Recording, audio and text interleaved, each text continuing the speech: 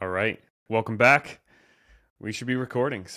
Man, it feels good. It feels good to be recording in here again, going live again, and recording another episode for you guys. It's been, I feel like a while. Like I've been a little bit inconsistent with going live on here, and it's pretty cold in my basement. I feel like I need to put a flannel or something on. Um, Been a little bit inconsistent over the past couple weeks, even the past month, of coming live on here and recording these. Just been extremely busy with things, mostly just like client work. Also, super busy with getting ready for the baby, which he or she will be here probably in the next 4 to 5 ish weeks, probably at the latest, which is really mind blowing. It's crazy how fast the time has gone, and we're just really excited to welcome a new member to the family and have two little ones now. Even though Aiden, he's not quite as little anymore, which is just crazy how fast he's grown. But haven't been going live on here, and it's felt like something's been missing. And every time I do this, the same thing happens, which is just really, really strange. And I don't know why it is. Maybe it's just because coming here, going live and recording these podcasts and talking to you guys in more long form content is just like, I don't know. It's like really soothing to me. I don't, which is weird because, I don't think I'm like a great speaker or a great public speaker. And public speaking actually still like makes me nervous. Like here, I'm obviously in my basement, just me, even though I know more people are going to be watching this. But I always feel like something's missing whenever I take a break from the podcast. I just had been so busy, like I said, with client work and everything. And I'm like, you know what? Let me take a break from recording episodes, from going live. Let me take a break from this and focus on that. And it's like it's weird. It's almost caused this a little bit of a like anxiety inside of me. And like just this weird like void of like I feel like something's missing. I feel like I'm not doing enough. I feel like this, and it's just even sitting down here right now in the basement recording this, like I can already feel some of this anxiety just like leaving my body. And it's really weird. I don't know if it's like, how some people they sit down and they journal every day, and that's like a good stress relief for them to like get their thoughts out. And maybe that's what like this kind of is for me. And this like feeling of feeling anxious is just when I'm not sitting in front of a microphone with like long form content. I feel like I can't get all of these thoughts out, and I feel like I'm rushed when I do try to get them out when I record like Instagram or TikTok videos, because with the algorithm, with everything, like those videos have to be shorter. They have to be more short form, where these I can just kind of talk and give my thoughts. So I don't know. I'm good to be back, or I'm glad to be back. That's basically what I'm trying to get at.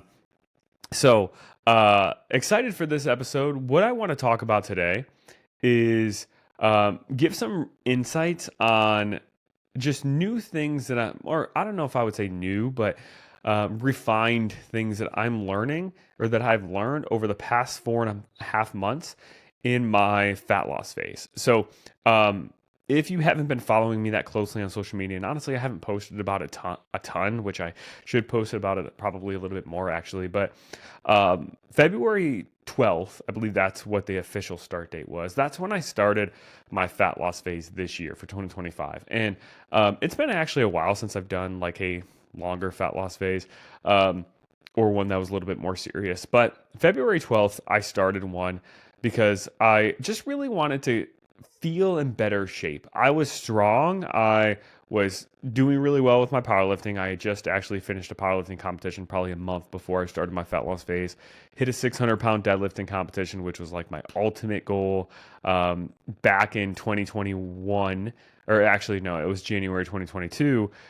I competed and I attempted a 600-pound deadlift, and I got it all the way at the top, but I was literally like an inch away from fully locking it out, which would count as like a technical lift in competition. And it ate at me for so long that I was like that close and I didn't get it. And that meet was like 4 months after my dad had passed. So I just like was putting all of those emotions and energy, that I was dealing with, his passing and everything into that competition. So I was really irritated that I got so close and missed it.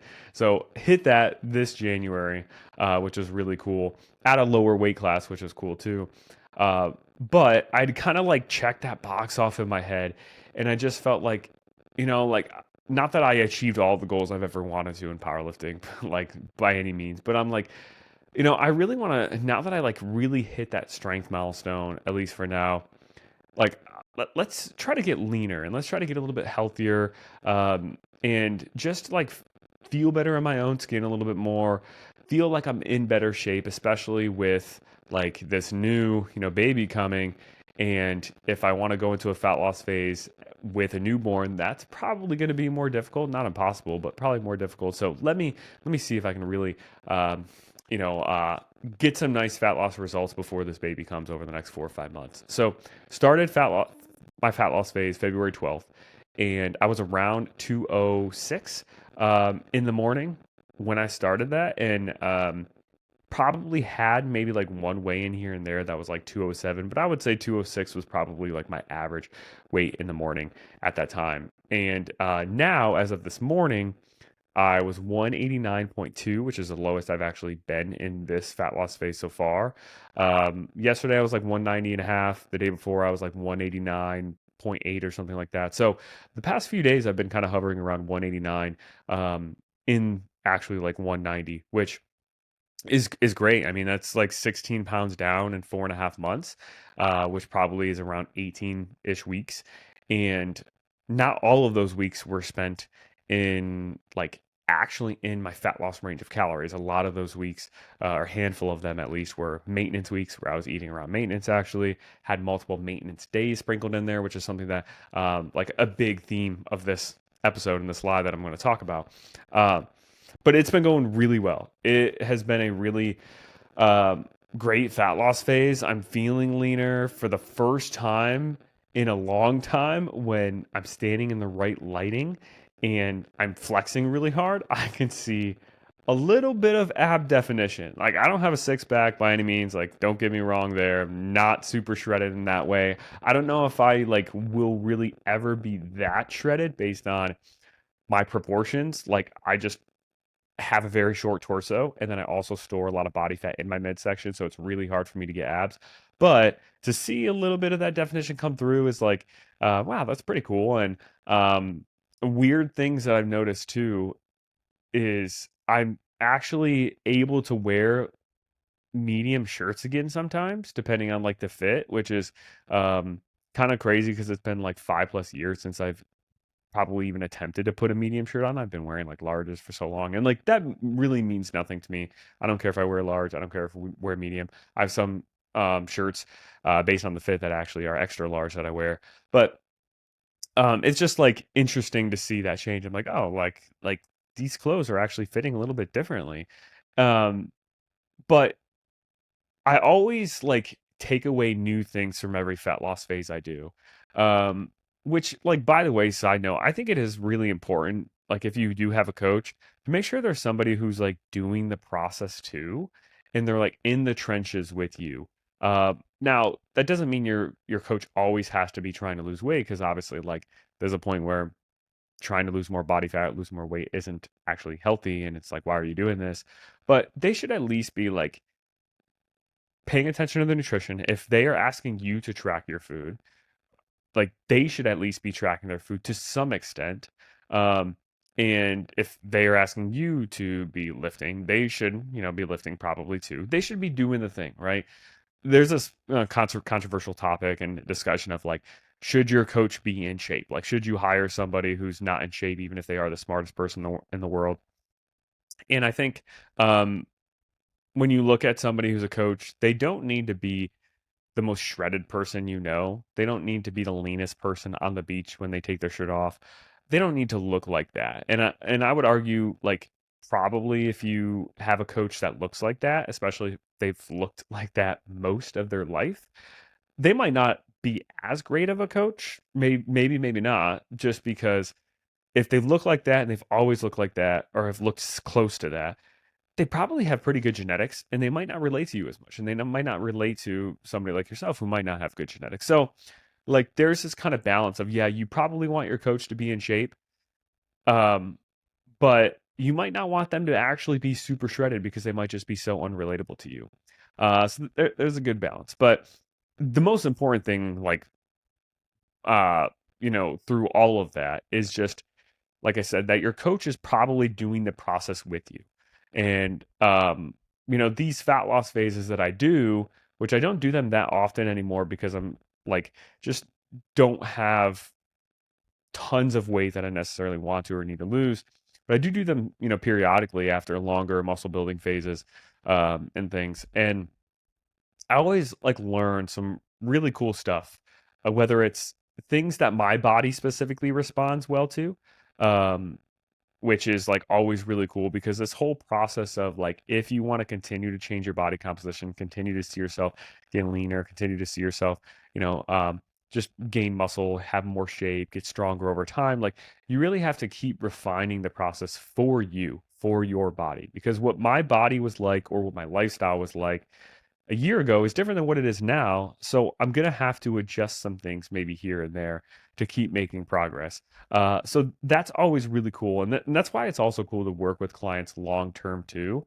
Because when like we're able to work with clients for a year, 2 years, 3 years plus, like we really hone in on the individual's body and what their body responds to and really find a really great recipe. And then if something changes in their life, that recipe might have to change a little bit.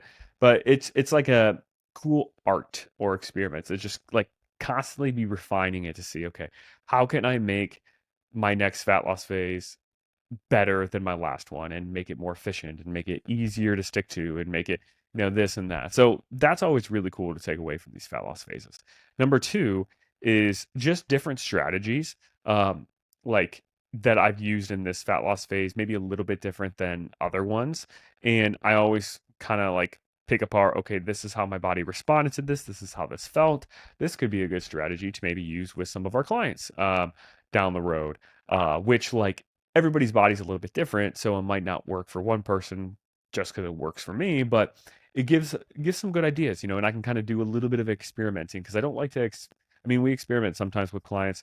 If their body's like really not responding, like we'll use what we know about physiology to kind of make some unique tweaks and everything to clients' nutrition plans and stuff. But um, experimenting on myself is super valuable because then I don't have to worry about like I can do something maybe a little bit more extreme and I'm like, I know it's not going to hurt my body because I can kind of really just hone in of how my body's feeling, in real time if that makes sense. So that's always really cool to like think about new strategies that we can implement with our clients. And then number 3, which is um super valuable, is every fat loss phase I do, I always take away like some new insights or some refined insights psychologically, mentally, or ways to think about the process that just, I guess, make it make more sense as far as like how to lose body fat, and also that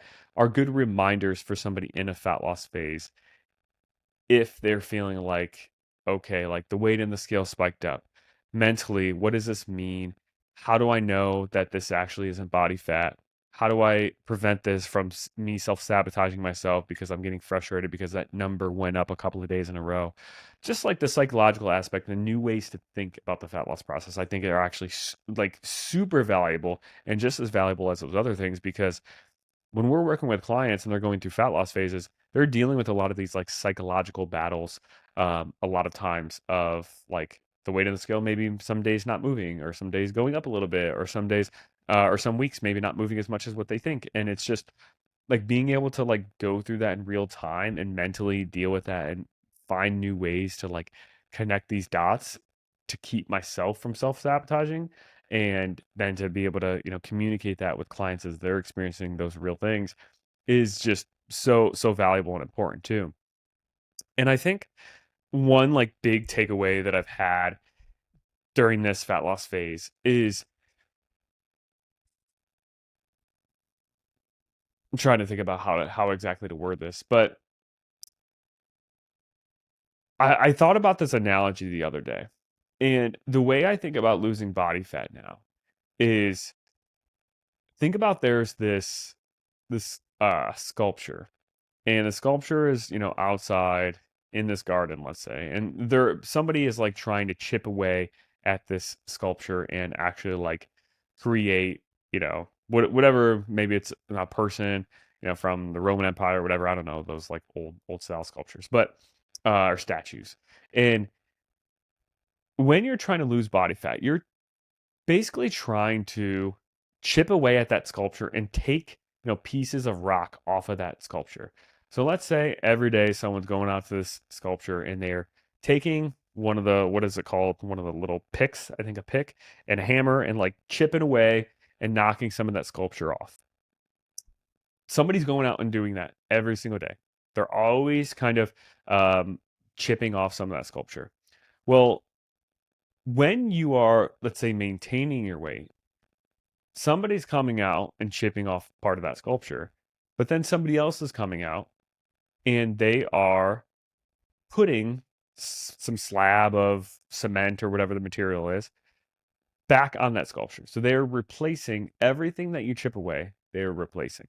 So that process is going on every single day, hypothetically. Every day, 8 a.m., this person comes down, they chips, some sculpture away, and then every day, 8 p.m., someone slabs that back on. And then you end up having like a statue or a sculpture or whatever with the same amount of mass on it over time. Nothing changes, right? That is maintenance. So when we're in a fat loss phase, what we are trying to do is we are trying to, when that person comes out at 8 p.m. to slab more of that cement, that sculpture on that statue again, we are trying to make sure that whatever they re-put back on is just a little bit less than what you chipped off. So that is analogous to, okay, the chipping off is you losing body fat on that day and or all the calories, aka you are burning. And what that person is slabbing back on is the amount of calories that you are eating.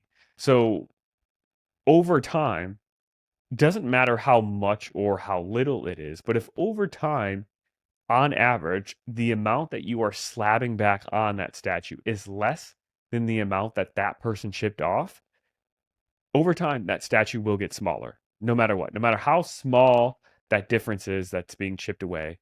If over time, on average, your body will end up getting smaller, that statue will get smaller. And that will happen even if some days, like there's no difference in the amount somebody's chipping off and somebody's slapping back on. And what I mean by that is, let's say somebody comes out at 8 a.m. and they slap off half a pound of the statue, and someone else comes out at 8 p.m. and puts half a pound of cement back on. Like that is going to be the same, right? That's maintenance. But if the next day there's a difference, if the next day you chip off half a pound and this person only comes back and puts on a quarter of a pound, then in that 2 day period, you are still losing body fat or losing some of that statue. Maybe the first day you didn't lose any, but the second day you still did, and on average you still did. Hopefully this is kind of making sense. The issue that comes with long-term fat loss is when you are going out and chipping off some of that rock, but then you allow the person or yourself to slap on more than what was chipped off at the end of the day. Because now you are then going backwards and you are gaining weight back. But as long as you are able to stay at that maintenance level, on those days where necessarily you are not chipping off more than what the person is adding, you will get smaller over time. And it might take 3 times the amount of like time or months or weeks that you would kind of hypothesize. It might take 4 times the amount. It might take half the amount. It might take 2 times. But over time, as long as you are not adding on more than what you chipped off at any given point, and you have some days sprinkled in there where you are chipping away more than what you add on, you will lose body fat over time, or you will get smaller, or the statue will get smaller. Um, so hopefully you're kind of following me here. And this was like a big takeaway for me in this fat loss phase because I implemented a lot of maintenance days um, throughout this process, and I implemented a lot of maintenance days kind of on the fly based on my hunger. Like if there were some days where I was like feeling so fatigued, so exhausted, and I like it was impacting my mood even. I would just have a maintenance day, but I would just make sure not to go above my maintenance. And then once I had a maintenance day, maybe two maintenance days in a row, um, I would then drop my calories back down. And for me, maintenance is around 3,100 calories. And then for fat loss, what I was aiming for was around 24-ish hundred. But I would drop my calories back down. And then I also would increase my steps too to try to increase that deficit there. But I would just oscillate between having like 3 or 4 days in a row where I would nail the 2,400 calories and I would nail my higher step goal, which is something maybe I'll talk about in this episode. Or I'll just say it. So I would aim for as close to 15,000 steps per day as I could on those 3 or 4 days. So I was like really creating a big gap on those 3 or 4 days.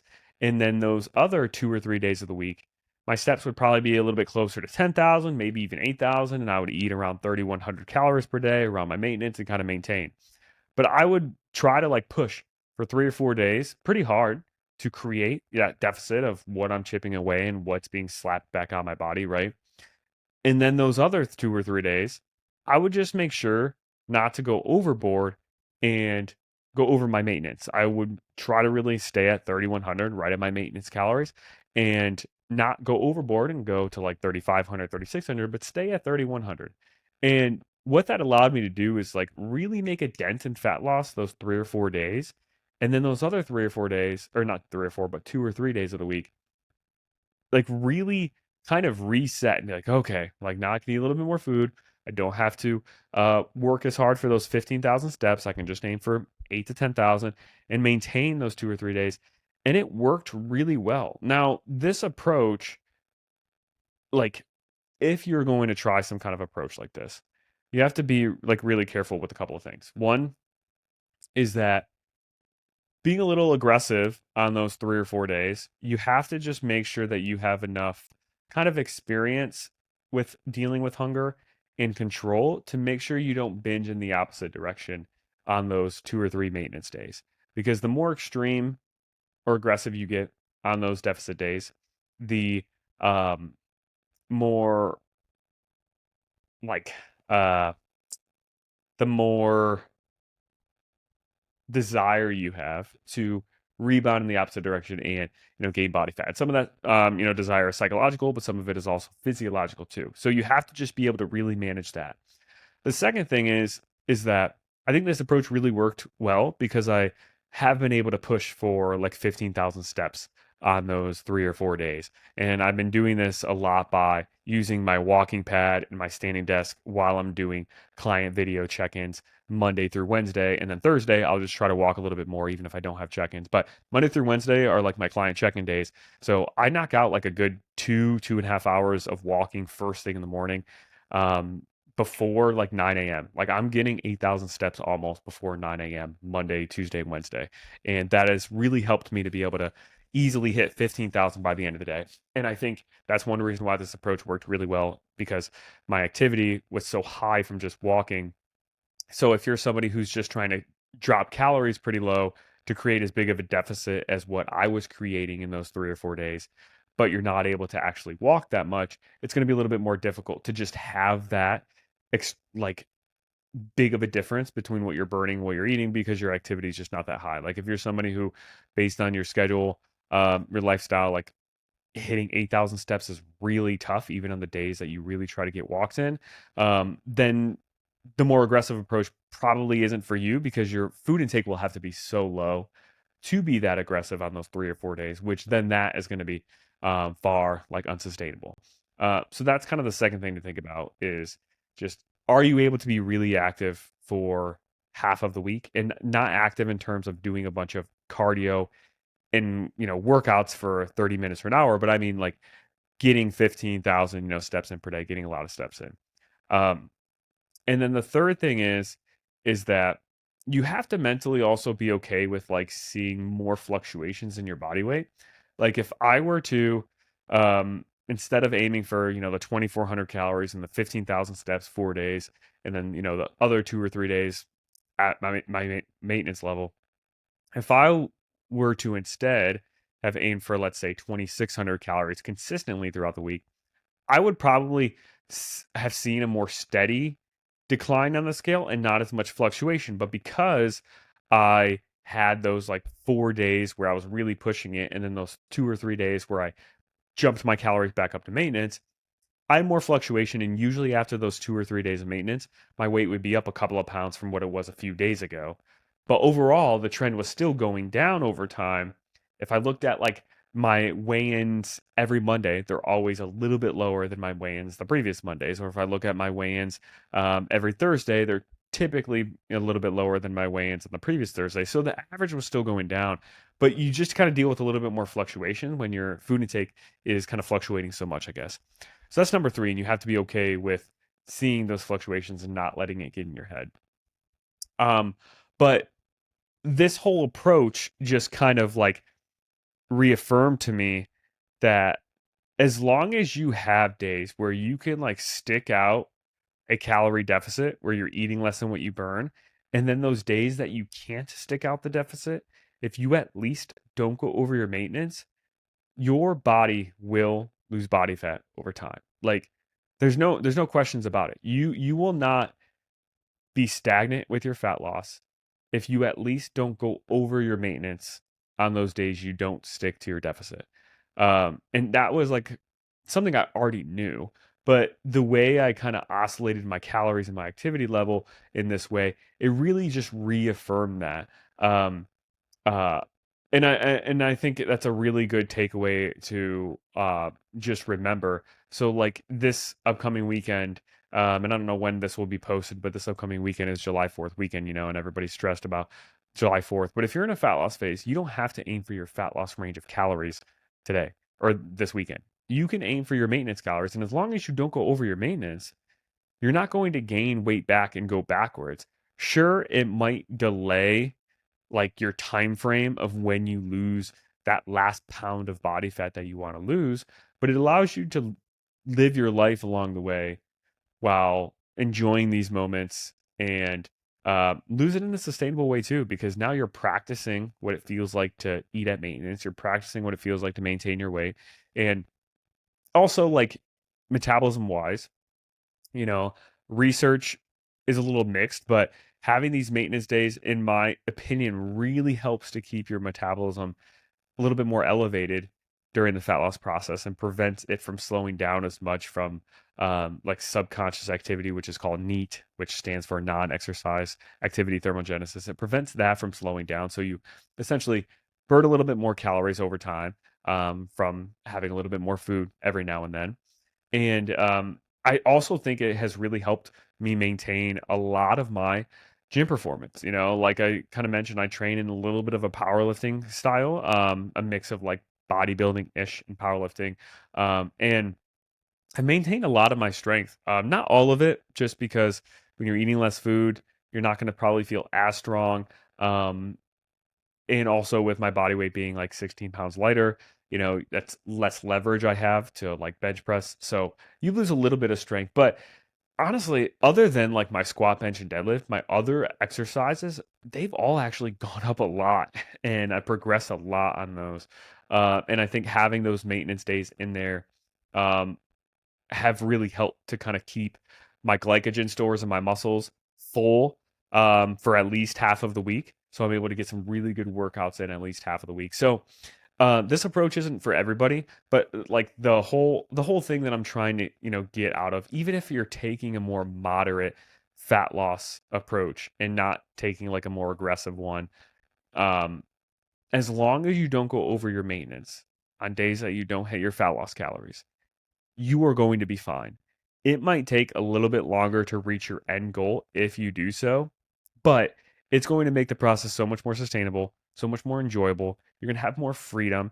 You're going to feel like you have more control. You're going to practice maintaining your weight more, which is going to be better long-term success afterwards. Now, I think like unless you're super experienced with this,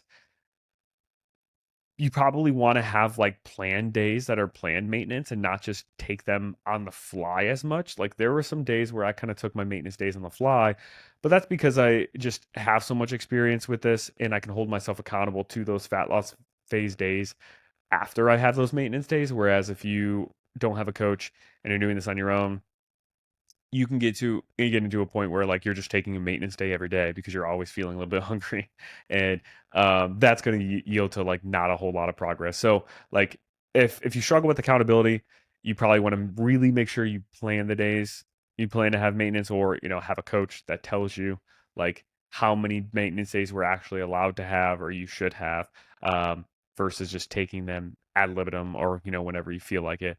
But um, even if you're taking a more moderate approach to things, which most of our clients do, as long as you don't go over your maintenance, you're not going to go backwards. Sure, the weight on the scale might spike up a little bit from glycogen, from water retention, from more sodium you ate that day, so you're holding on to a little bit more water, but that is not the same as gaining body fat back. And I can't stress that enough. Seeing the weight in the scale come up is not the same as body fat gain.